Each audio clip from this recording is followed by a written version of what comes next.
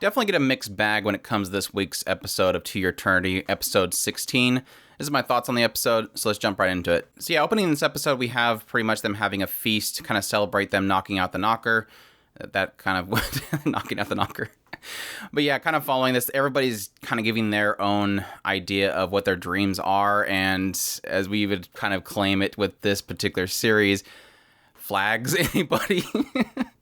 Can't really give everybody's thoughts and futures that they want to have without pretty much implying that there's going to be something coming up and a lot of death happening, but it is what it is. Thankfully, kind of following this, we get an idea that Tonari's dream is to be a writer and to kind of surprise her father with her writing, and this gets into her actual history, which we find out that she had a father and a mother, and at some point, the mother ended up dead, and the church claimed that the father was the one that did it, and this led to him being imprisoned. But she had a decision at that point. Would she become an orphan or would she go with her father to this island, which she does. And on this island, her father decides that he wants to be, essentially go to the tournament so that he can be the winner, become the leader, and thus give them the ability to get off the island. And this is kind of one of those interesting things where it's almost like, is this poor writing or is this just giving us the perspective of a child? And at first face value, I was kind of like, wow, this didn't really explain anything. But as I started thinking about it, I'm like, well, technically this is the thoughts of a child. Like, this is her writing of what happened day by day. And that was from the perspective of somebody who doesn't really know anything. And so when it gets into her father actually fighting in this tournament, she quickly doesn't recognize him anymore. He's got blood all over him. He's kind of, overcome with emotions, and he's standing in the middle of a bunch of bodies. And she immediately doesn't recognize him anymore. And this leads to her to pretty much go and search the pile of corpses they end up, putting out, looking for her father. But at some point, some people walk by and say that, I wonder what this new leader is going to be like, and they name his name. And so she, I guess at this point, realizes, okay, he did win. He's the leader. Let me go to the dock where he said to wait for him so they can leave. And that's where she finds a book left behind, a diary book that she's able to use. And it says it's written by her father saying, seek out your dreams, whatever.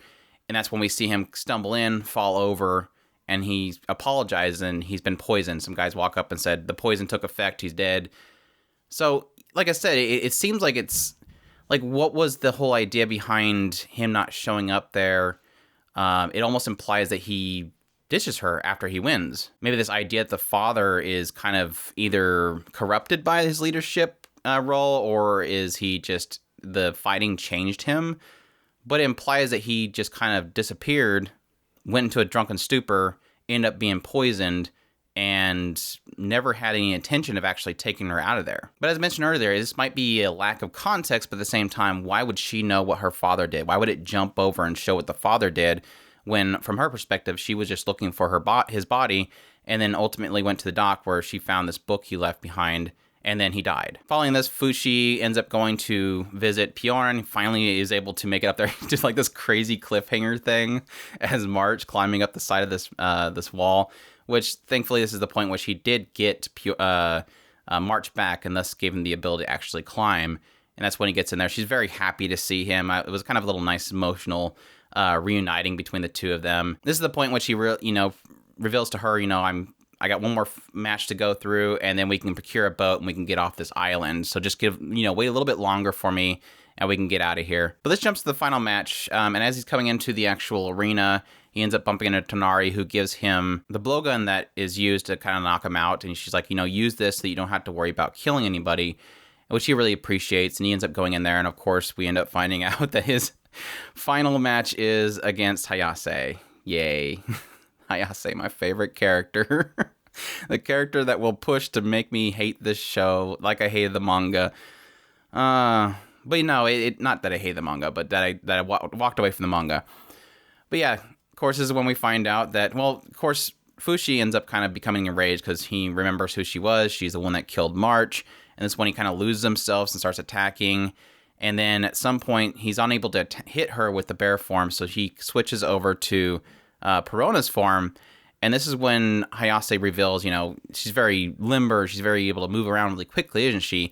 Well, this was my gift to you. I was the one that pretty much killed her. She I mentioned the idea that she'd try to do something that would be as gruesome as possible, end up going for the throat, obviously beheading her, and that's how he ended up getting her form, is by her killing her. And like I said, this is one of those things where it's kind of troubling because it doesn't necessarily reveal at any point how Hayase knew that he needed to, have somebody killed in order for him to gain a form.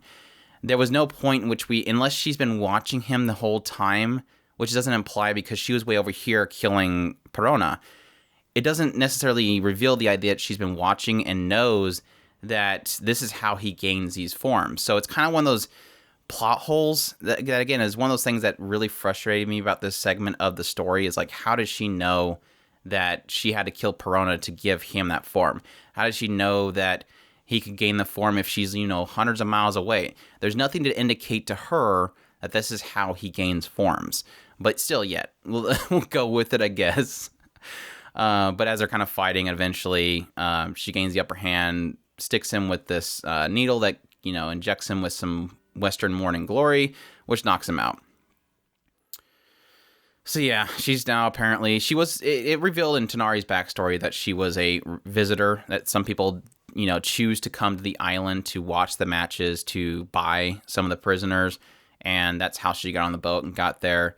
And so now I guess everybody was fine with a visitor becoming a fighter and fighting in the matches. I guess they were so upset about this immortal winning all the matches and the outrage that they had about this idea that loses nothing is in this match of winners.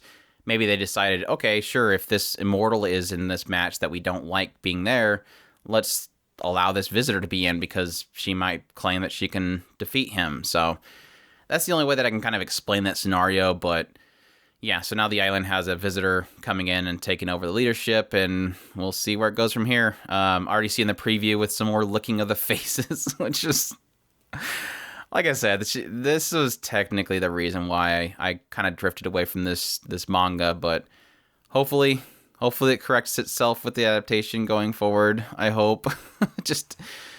I don't know. I don't understand Hayase as a character, as a villain. It's so much focused on her as a villain too, and I don't really care much for her as a villain. She's not the most well-written villain, in my opinion, so having so much focus on her as a villain does annoy me. Whereas something like the Knockers, it's more of an aspect of a foreign entity that can't be explained, that you assume later gets explained, whereas hers is like they're explaining her, but she's still not interesting at all. So yeah, we'll see. We'll see going forward from here. I mean, yeah, then there's aspects of how does she know that Gugu, he uses the flame from Gugu by poking into the mask. How does she know that Gugu is able to do that? It implies that she's been watching this whole time, but we never get a glimpse that she was watching this whole time. Just she's a very inconsistent character that I really don't like. I guess it's because I don't like her that I've nitpicked so much against her. They had a funny moment. I forgot that when they were telling all their dreams, they were going to eat like this really small plate of beans, and so Fushi starts creating a bunch of foods for them to eat, and then they all get knocked out, and then he realizes, and this is kind of the thing that's trying to, it's good in writing, which I think is very clever. It's trying to reintroduce the idea of this Western Morning Glory, which he basically creates a whole bunch of food for them to eat, and one of them was the food that they ate with Hayase that had this Western Morning Glory in it that knocked him out. So he created that food that was in that spread, and that's why they all fall asleep here. Again, to reintroduce the idea of this sleeping agent so that when, Hayase uses it on him in the fight, you know what it is. So pretty clever writing there to reintroduce that. And even though it's through the eyes of a child, the storytelling with Tonari was interesting in the idea that it cleverly introduced the concept of the visitor. It reintroduced the concepts of her early days at the island, her introduction to how there was so much lawlessness, this concept of people that are just satisfying their lust for control, all the things that she kind of went through to get to the point that she is. Granted, it doesn't make it, her story doesn't excuse my frustrations with her, but at the same time, again, it's one of those things where I more excuse because, well, child, well, immaturity, those kind of aspects, immaturity thrown into violent world, those kind of things, more explain her, even though it doesn't make me like her.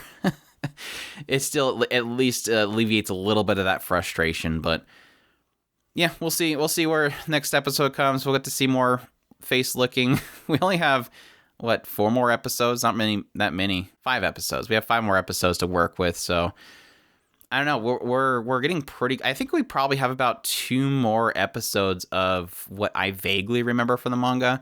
So I'm really curious what'll be the last 3. And like I said, I'm really curious to see just if this will tell the entire story. I just know based off of a lot of the manga covers, I don't think it is going to tell the whole story unless it starts speeding things up quickly, or what I'm seeing from the manga covers later on is very quick stories. So, but I'm not going to reveal any of that. That's kind of soft spoilers for people. So we'll see where it goes. But that's my thoughts on episode 16 of To Your Eternity. Hope you guys enjoyed my impressions. If you did, leave a like down below. Comment, let me know what you thought of the episode.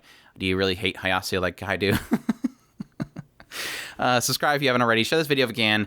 Consider supporting us on Patreon if you wish. And I thank you all for watching, and y'all take care.